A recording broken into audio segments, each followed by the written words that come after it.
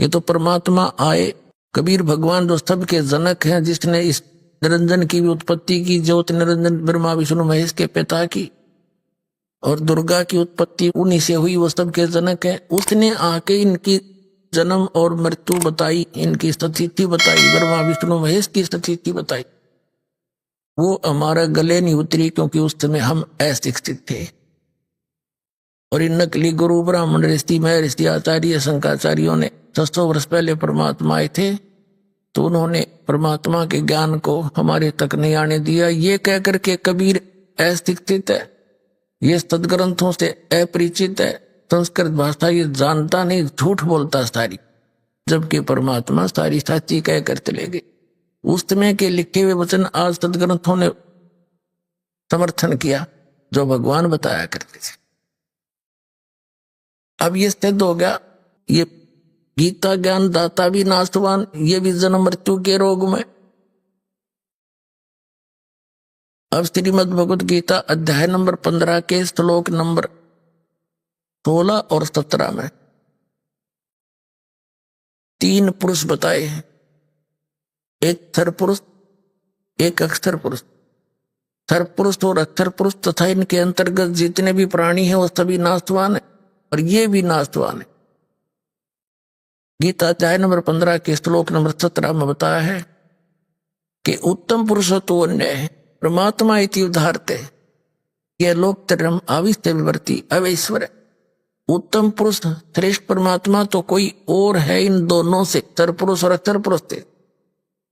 ये देखिएगा, श्रीमद् भगवत गीता, गीता प्रेस गोरखपुर से प्रकाशित है।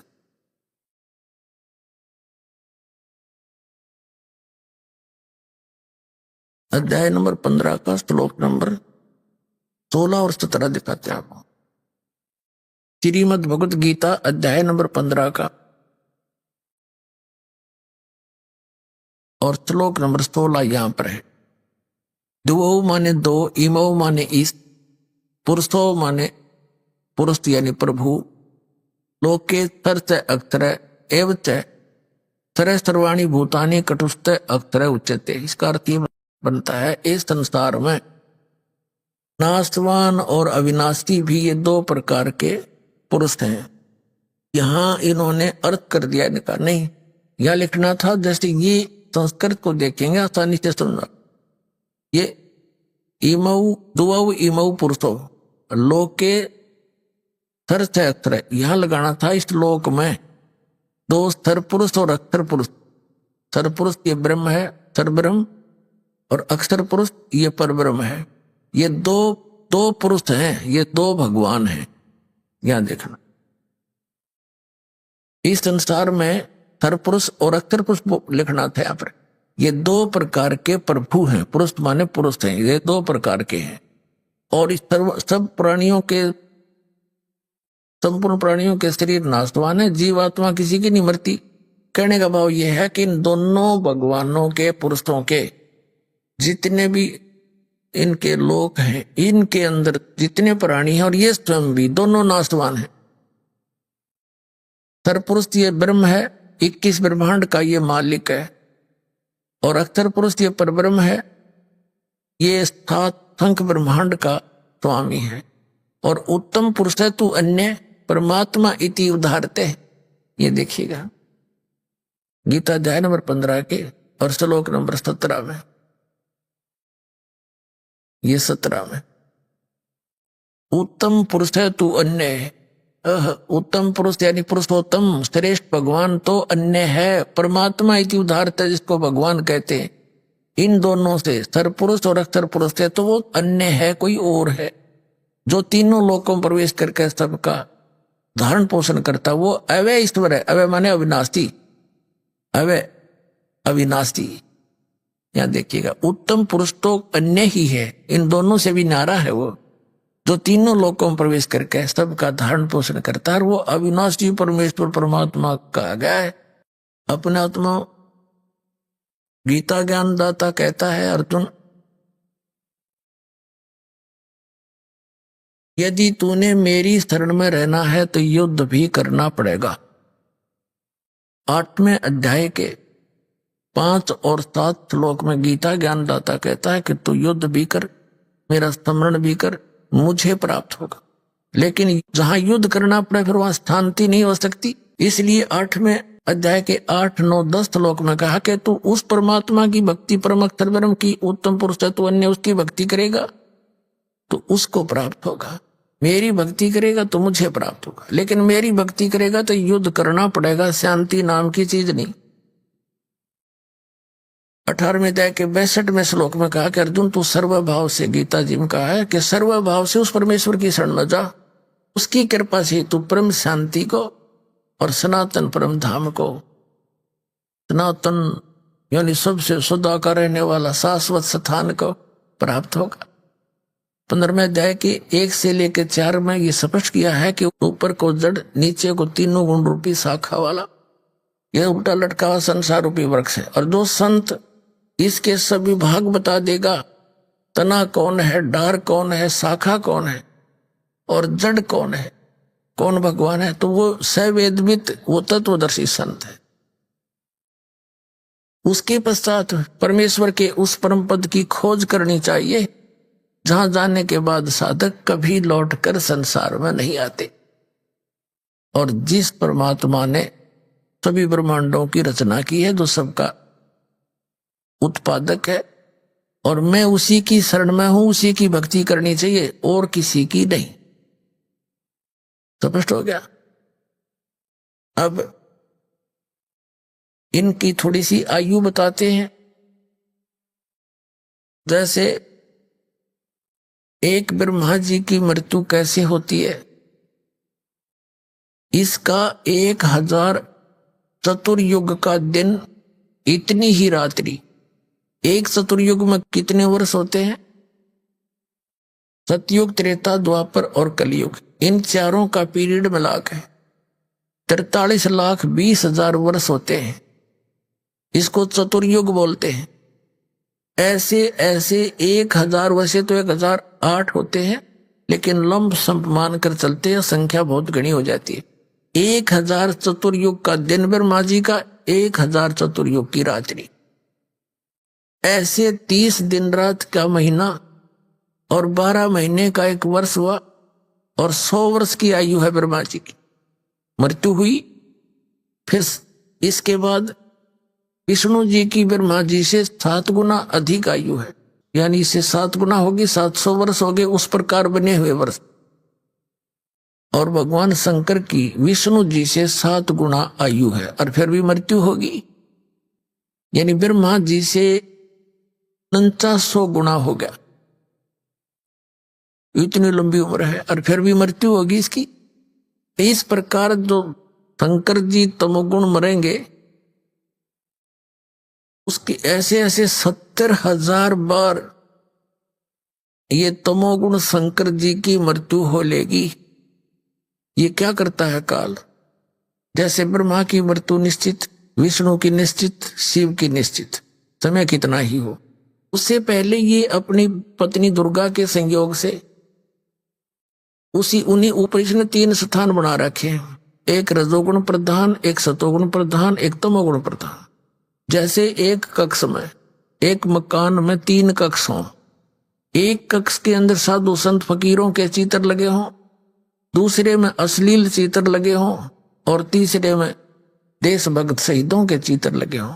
तो जिस भी कक्ष में जैसे चित्र लगे हैं, व्यक्ति का वहां वैसा ही मन बन जाता है, वैसी उसकी भावना जब तक उसमें रहेगा, उनके सब चित्रों को, उनको देखकर उनके गुणों को वैसा ही स्वभाव बन जाता है।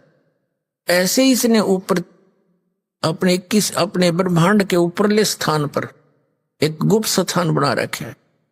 तो वहां इसने ऐसे 3 स्थान बना रखे हैं। तो वहां दुर्गा को जब ये ब्रह्मा जी की उत्पत्ति करता है नए जीव की, तो दुर्गा को बना लेता है सावित्री रूप, और स्वयं बन जाता है पंचमुखी ब्रह्मा। और फिर उनके संयोग से जो पुत्र होता है वैसे स्वरूप का, वैसे स्वभाव का बन जाता है। फिर उसको कोमा में रखते हैं, ये परवरिश जारी रहती है। ब्रह्मा की मृत्यु होते ही युवा ब्रह्मा को एज इट इज रख देते हैं,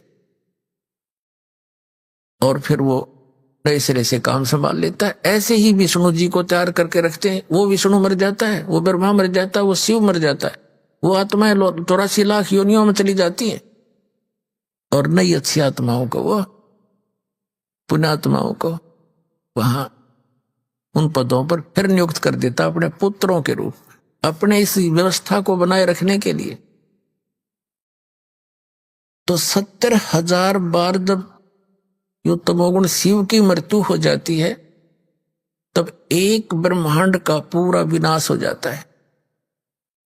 उसमें ये काल वहां बैठा होता है, इस काल की भी मृत्यु होती है, दुर्गा की भी मृत्यु होती है।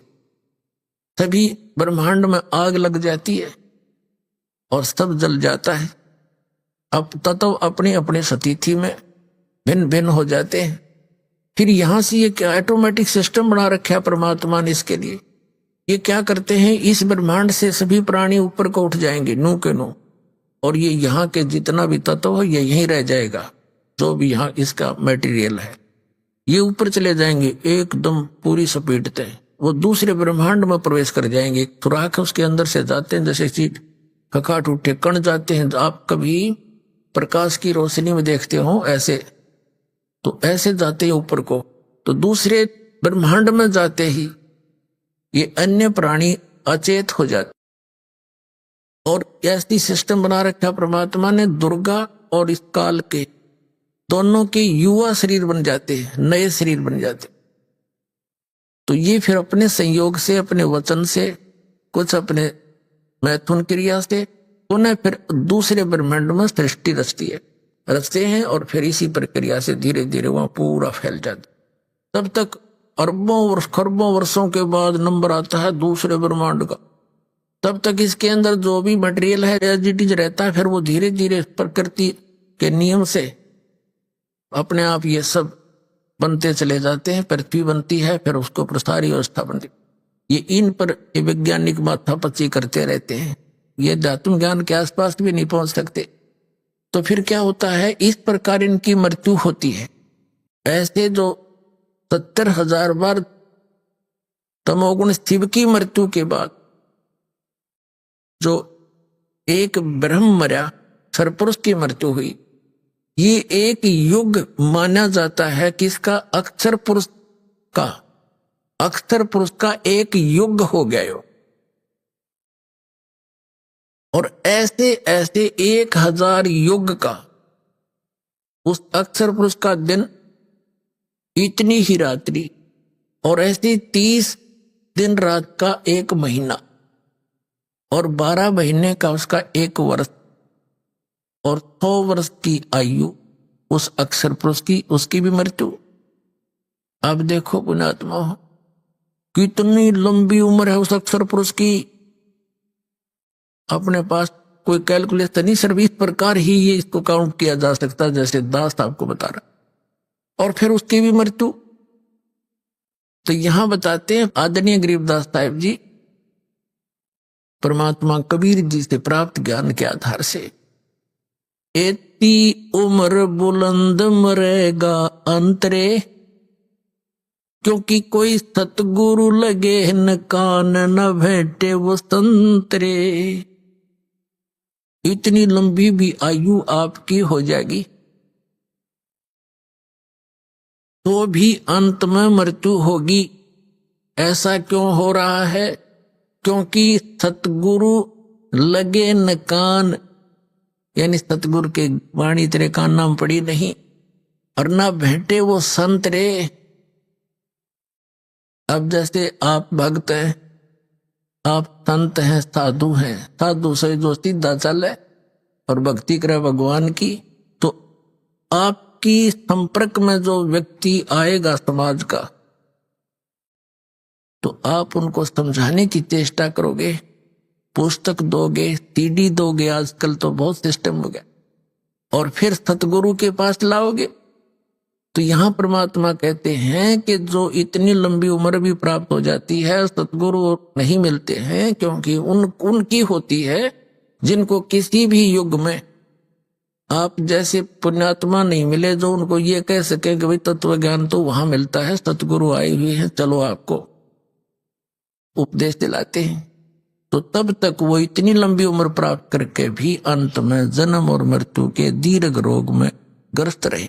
तो परमात्मा क्या बताते हैं, जग सारा रोगिया रे, जिन सतगुरु वैद न जाण्या, जग सारा रोगी।